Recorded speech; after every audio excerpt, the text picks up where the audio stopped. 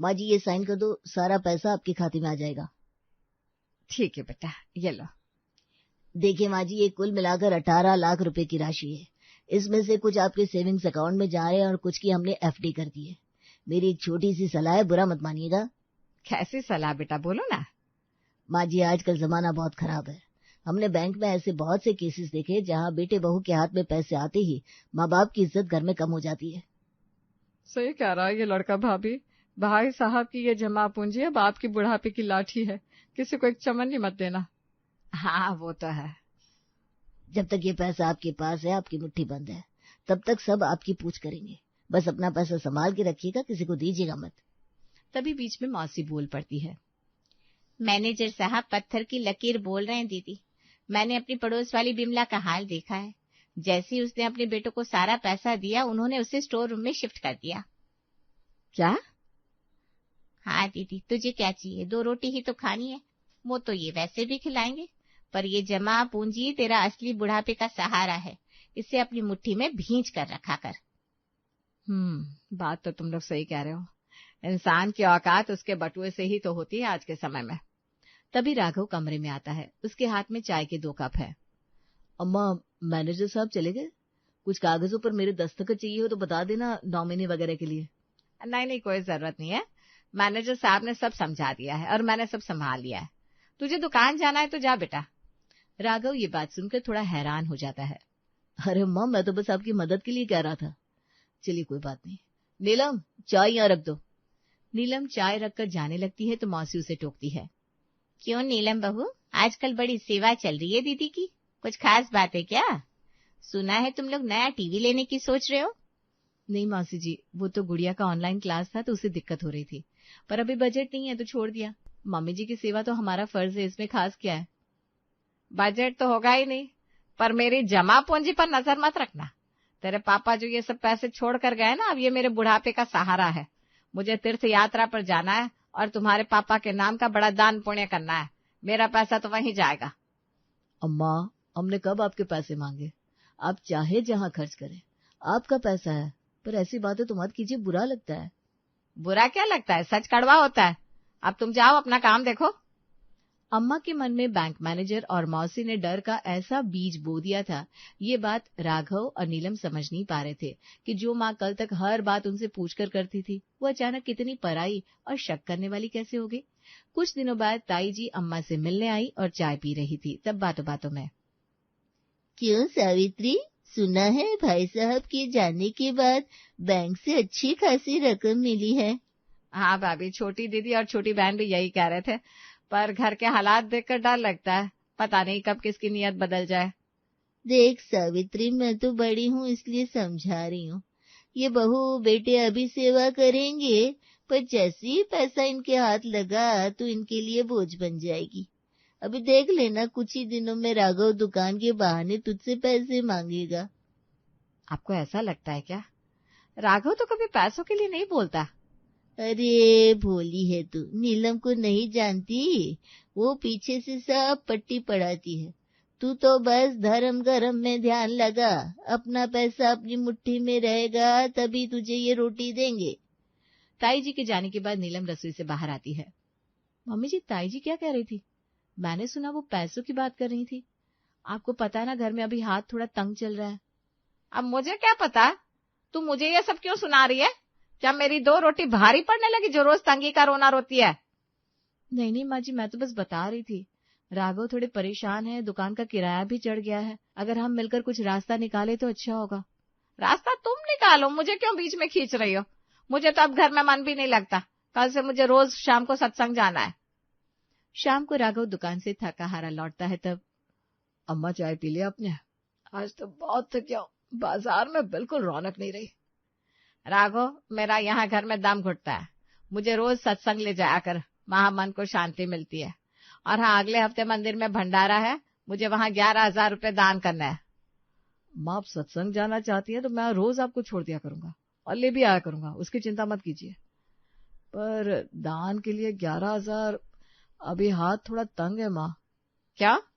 बाप की कमाई खाकर बैठे हो और माँ के दान पुण्य के लिए पैसे नहीं है? क्या मेरे लिए इतना भी नहीं कर सकते? माँ, आप गलत समझ रही हैं, मैं मना नहीं कर रहा हूँ। बस थोड़ा समय मांग रहा हूँ, मैं इंतजाम कर दूंगा, आप फिक्र मत कीजिए। राघव कमरे में जाता है जहाँ नीलम हिसाब लगा रही थी। सुनो, मैंने सुना माँ आपसे भंडारे के दान के लिए पैसे मांग रही थी। आपने हाँ क्यों कह दिया? घर में आटा लाने के पैसे नहीं है और आप 11,000 कहाँ से लाएंगे? अब क्या करूं नीलम, माँ को कैसे मना करूं? उन्हें लगेगा कि पापा के जाने के बाद मैं उनका ख्याल नहीं रख रहा। अरे पर राघव, मम्मी जी के पास पीएफ के इतने पैसे आए हैं, वो उनमें से दान क्यों नहीं कर देती? नीलम, वो उनके बुढ़ापे की जमा पूंजी है। मैं नहीं चाहता कि उन्हें लगे कि मैं उनके पैसों पर निर्भर हूं। वो जहां दान करना चाहे, अम्मा को संभालने की मेरी जिम्मेदारी है। ये जिम्मेदारी नहीं, जिद है राघव। नहीं नीलम, मैं उधार ले लूंगा। क्या कहा तुमने? उधार? तुम्हारा दिमाग खराब तो नहीं हो गया? अरे वो माँ है हमारी नीलम, उन्हें अब सांसारिक बातों से क्या लेना देना। मैं कल किसी तरह पैसों का जुगाड़ कर लूंगा। अरे पता नहीं ये घर कैसे चलेगा। माँ अपनी मुट्ठी बंद किए बैठी है और आप अपनी खुददारी के चक्कर में सब बर्बाद कर रहे हो। कभी तो व्यावहारिक बनकर सोचो। सोचूंगा नीलम, पर अभी माँ को मना करना मेरे बस में नहीं है। कल उन्हें सत्संग छोड़ना है, बस यही याद रखना। महीने बीतते गए। दुकान का काम धीरे धीरे और मंदा होता गया। बाजार में मंदी भी थी और राघव पर पुराना कर्ज बढ़ता जा रहा था। अब घर का खर्च चलाना मुश्किल हो रहा था। राघव भाई देखो, बुरा मत मानना, पर 3 महीने हो गए, गुड़िया की फीस अब तक नहीं आई। मालिक मुझ पर चिल्ला रहा है। भाई बस 1 हफ्ते का समय और दे दो, एक बड़ी पेमेंट आने ही वाली है। जैसे ही आएगी मैं सारा हिसाब चुकता कर दूंगा। पिछली बार भी आपने यही कहा था। देखो भाई, कल से मैं बच्ची को लेने नहीं आ पाऊंगा। जब पैसे हो जाए तब बता देना। नमस्ते। राघव सर पकड़कर सोफे पर बैठ जाता है। नीलम पास आकर बैठती है। सुनिए, वैन वाले की बात सुनी मैंने। बच्ची का स्कूल छूटना ठीक नहीं है। दुकान से भी कुछ नहीं निकल रहा है क्या? अरे नहीं ना नीलम, माल पड़ा है पर बिक ही नहीं रहा। मार्केट में कोई नगद दे ही नहीं रहा। समझ में नहीं आ रहा कि घर का राशन लाऊं या बच्ची की फीस भरूं। एक बात बोलूं, बुरा तो नहीं मानोगे? मम्मी जी के पास पीएफ के पैसे पड़े हैं, वो तो बस बैंक में रखे हैं। अगर हम उनसे फिलहाल थोड़े पैसे मांग ले और काम सेट होते ही लौटा दे तो? अपनी माँ ही तो है। नहीं नीलम, तुमने उस दिन अम्मा के तेवर देखे थे ना। उन्हें लगता है हम उनके पैसों के पीछे हाथ धोकर पड़ा है। मैं अपनी इज्जत नहीं खोना चाहता। पर ये इज्जत का सवाल नहीं है राघव, ये गुड़िया के भविष्य का सवाल है। माँ आखिर माँ होती है। अगर हम उन्हें अपनी परेशानी बताएंगे तो क्या वो नहीं पिघलेंगी? घर की बात घर में ही रहेगी। मुझे नहीं लगता वो मानेंगे। आजकल वो सिर्फ मौसी की सुनती है या उन रिश्तेदारों की जो उन्हें भड़काते हैं। पर चलो, बच्ची के लिए मैं अपनी खुददारी दांव पर लगा कर देख लेता हूँ। हाँ, प्यार से बात करना, उन्हें समझाना कि हम बस उधार मांग रहे हैं। राघव ने गहरी सांस ली और अम्मा के कमरे की तरफ बढ़ा। उसे पता नहीं था कि ये कोशिश एक बड़े तूफान को जन्म देने वाली है। क्या रे राघव, दुकान नहीं गया क्या आज? दोपहर में घर के चक्कर लगा रहा है। सब खैरियत तो है? गया था अम्मा, पर दुकान पर बैठने की हिम्मत नहीं हुई। उधारी इतनी बढ़ गई है कि अब दुकानदार सामान देने से मना कर रहा है। आपसे एक बहुत जरूरी बात करनी थी। अम्मा तभी सतर्क होकर पासबुक अपनी ओर खींच लेती है। हाँ बोल, बात करनी थी या कुछ मांगना था? तेरा चेहरा बता रहा है कि तू किसी मतलब से आया है। बोल, क्या चाहिए? अम्मा ऐसी बात नहीं है। गुड़िया की स्कूल वैन वाले का अभी फोन आया था। 3 महीने से उसकी फीस नहीं हुई है। उससे साफ कह दिया है कि अगर कल पैसे नहीं मिले तो वो बिटिया को लेने नहीं आएगा। बच्ची का स्कूल छूट जाएगा अम्मा। अगर आप थोड़े पैसे मतलब उधार के तौर पर दे पाती तो। हाँ, गए ना अपनी असलियत पर। नहीं अम्मा, ऐसी कोई बात नहीं है। वो तभी मैं सोचूं ये दोपहर को मेरे पास आकर बैठा कैसे। मैं तो सोच रही थी बेटा दुख के समय में माँ का सहारा बनेगा, पर तुम तो मेरी जमा पूंजी पर डाका डालने आए हो। शर्म नहीं आती तुम्हें? नहीं अम्मा, तुम गलत समझ रही हो। अरे बिल्कुल सही समझ रही हूँ तुझे। तुम्हारे पापा को गए अभी महीना भी नहीं बीता और तुमने उनकी मेहनत की कमाई की बंदरबाट शुरू कर दी। अम्मा, आप इतना गलत क्यों सोच रही है? मैं डाका नहीं डाल रहा हूँ।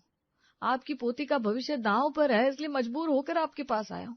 जैसे दुकान का काम पटरी पर आएगा मैं एक एक पैसा लौटा दूंगा। माँ से मदद मांगना क्या गुनाह है? लौटाएगा तू? उस दिन जब मैंने तुझे कहा था कि मुझे कुछ पैसे तेरे पापा के नाम पर दान देने हैं तो तूने उसी वक्त मना कर दिया। तू मुझे लौटाएगा पैसे? उस दिन माँ मेरी जेब में 1 रुपया नहीं था, इसलिए मुझे मजबूर होकर मना करना पड़ा आपको। जब तेरे बीवी बच्चों की बात आती है तब तो तेरी जेब से पैसा निकल आता है। अरे अम्मा, सच में उस दिन पैसे नहीं थे, नहीं तो मैं आपको कभी मना नहीं करता। आप चाहो तो मुझसे इन पैसों के ब्याज ले लेना। अपनी माँ को ब्याज देगा। अरे जो बेटा अपनी माँ को 2 रोटी नहीं खिला सकता वो क्या ब्याज लौटाएगा।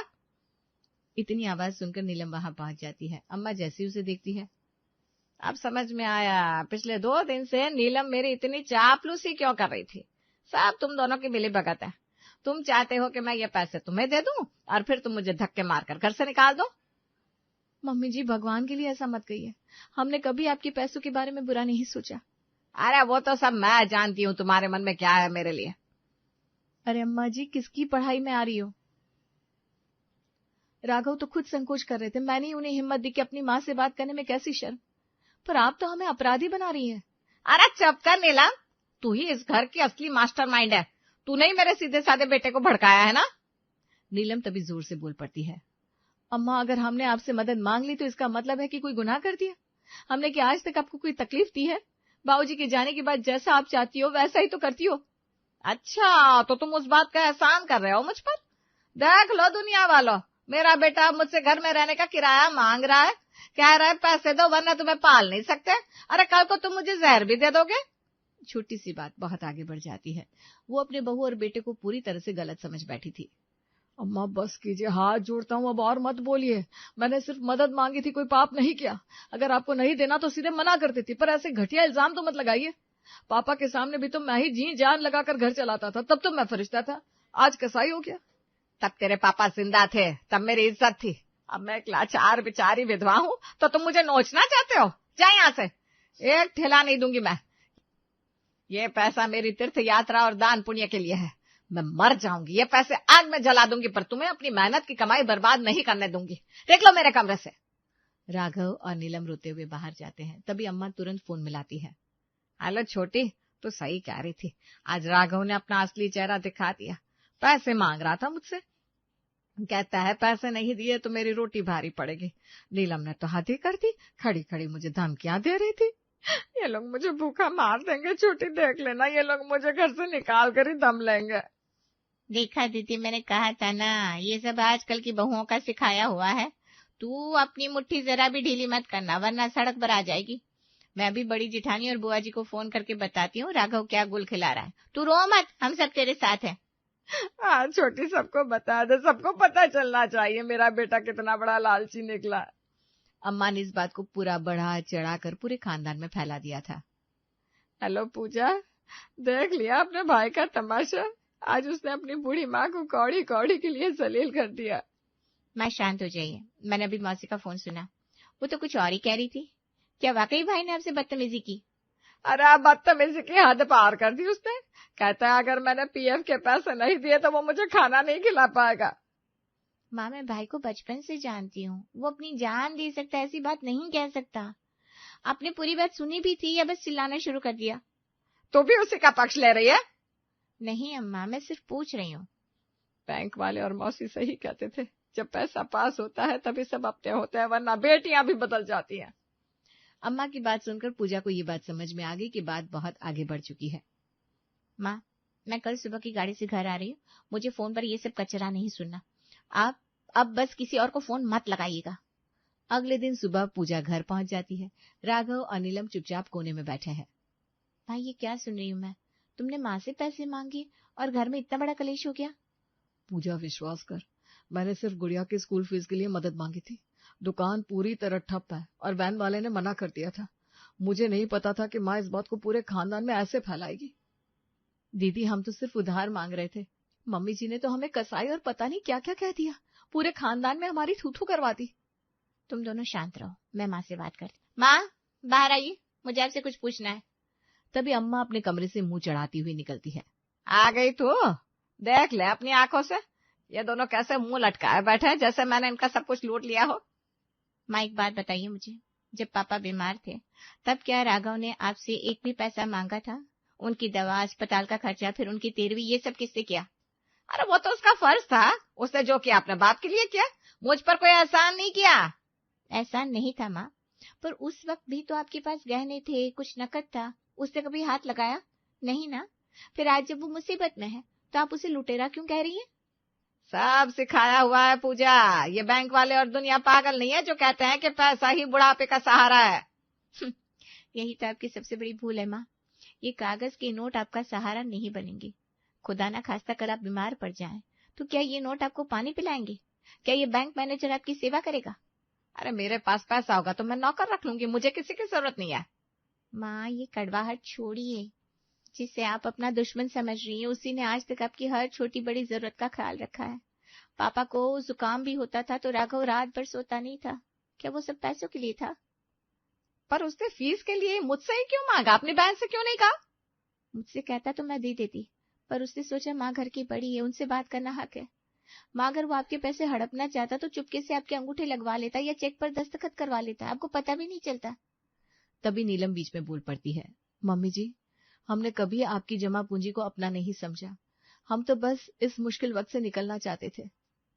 मैं समझिए इस बात को, अगर आप ऐसी ही रही तो ये परिवार बिखर जाएगा। फिर आपके पास पैसा तो होगा पर बात करने के लिए कोई अपना नहीं होगा। क्या आप अकेले उस तिजोरी के साथ अपनी जिंदगी काटना चाहती हैं? पर मौसी कह रही थी कि एक बार पैसे दे दिए तो फिर ये मुझे घर से निकाल देंगे। मौसी आपके घर नहीं रहती माँ, वो सिर्फ आग लगा सकती हैं, उसे बुझाने नहीं आएंगी। बुढ़ापे का असली सहारा ये पैसा नहीं बल्कि बहू के हाथ की वो चाय है जो आपको बिना मांगे रोज पिलाती है। बेटा जो आपकी दवाइयां लाकर देता है वो आपका सहारा है। अम्मा खामोश होकर सोचने लगती है, क्या वाकई मैं गलत सोच रही थी? क्या मैंने ही अपने बच्चों को पराया कर दिया? हाँ माँ, आपने अपनी मान मर्यादा खुद दांव पर लगा दी। भाई आज शर्मिंदा है कि उसने आपसे मदद मांगी। क्या आप चाहती हैं कि वो पूरी उम्र आपसे बात न करे? अपनी बेटी की मदद कीजिए, वो कोई गैर नहीं है। पूजा, मुझे समझ में नहीं आ रहा, मेरा दिमाग काम नहीं कर रहा, मैं तो बस अपनी सुरक्षा चाह रही थी। आपकी सुरक्षा इस घर के प्यार में है माँ, बैंक बैलेंस में नहीं।